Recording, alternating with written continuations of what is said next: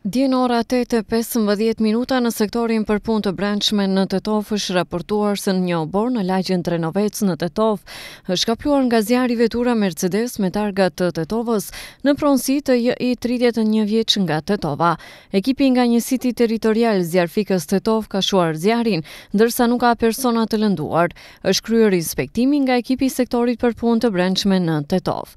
Dje në ora 13:15 në sektorin për punë të brendshme në Tetov është raportuar se në rrugën 180 në Tetov janë kapluar nga zjarri mbeturina të jashtë kontejnerëve, me çras janë dëmtuar vetura Audi me targat të Tetovës në pronësi të AB 48 vjeç nga Tetova dhe vetura Volkswagen me targat të Tetovës në pronësi të RS 58 vjeç nga Tetova. Ekipi nga njësiti territorial zjarfikës Tetov ka shuar zjarrin ndërsa nuk ka persona të lënduar. Është kryer inspektimi nga ekipi i sektorit për punë të brendshme në Tetov. Mbrëm në ora 21:50 në Tetov, zyrtar policor nga sektori për punë të brendshme në Tetov kanë privuar nga liria personin BE 53 vjeç nga Tetova.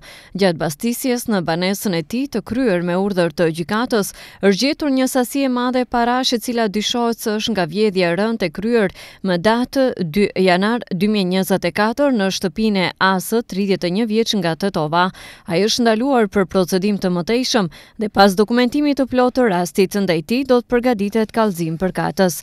Mbrëm në ora 20 në stacionin policor në Gosivar, personi SN 45 vjeç nga Gosivari, person përgjegjës i një subjekti juridik, ka raportuar se rreth orës 14 i ka telefonuar një menaxheri të njëjtit subjekt dhe ka raportuar se në subjektin juridik gjatë inkasimit të qarkullimit të 3 ditëve paraprake ka vërejtur se mungojnë paratë e gatshme në shumë prej 2.5 milion denar që duhet i paguante në qarkullim ditor. Po merren masa për zbardhjen dhe dokumentimin e rastit. Dje në ora 17 në stacionin policor në Gosivar, personi BS nga Gosivari ka raportuar se fizikisht në rrugën e Ilindenit në Gosivar është sulmuar nga personi NS nga Gosivari.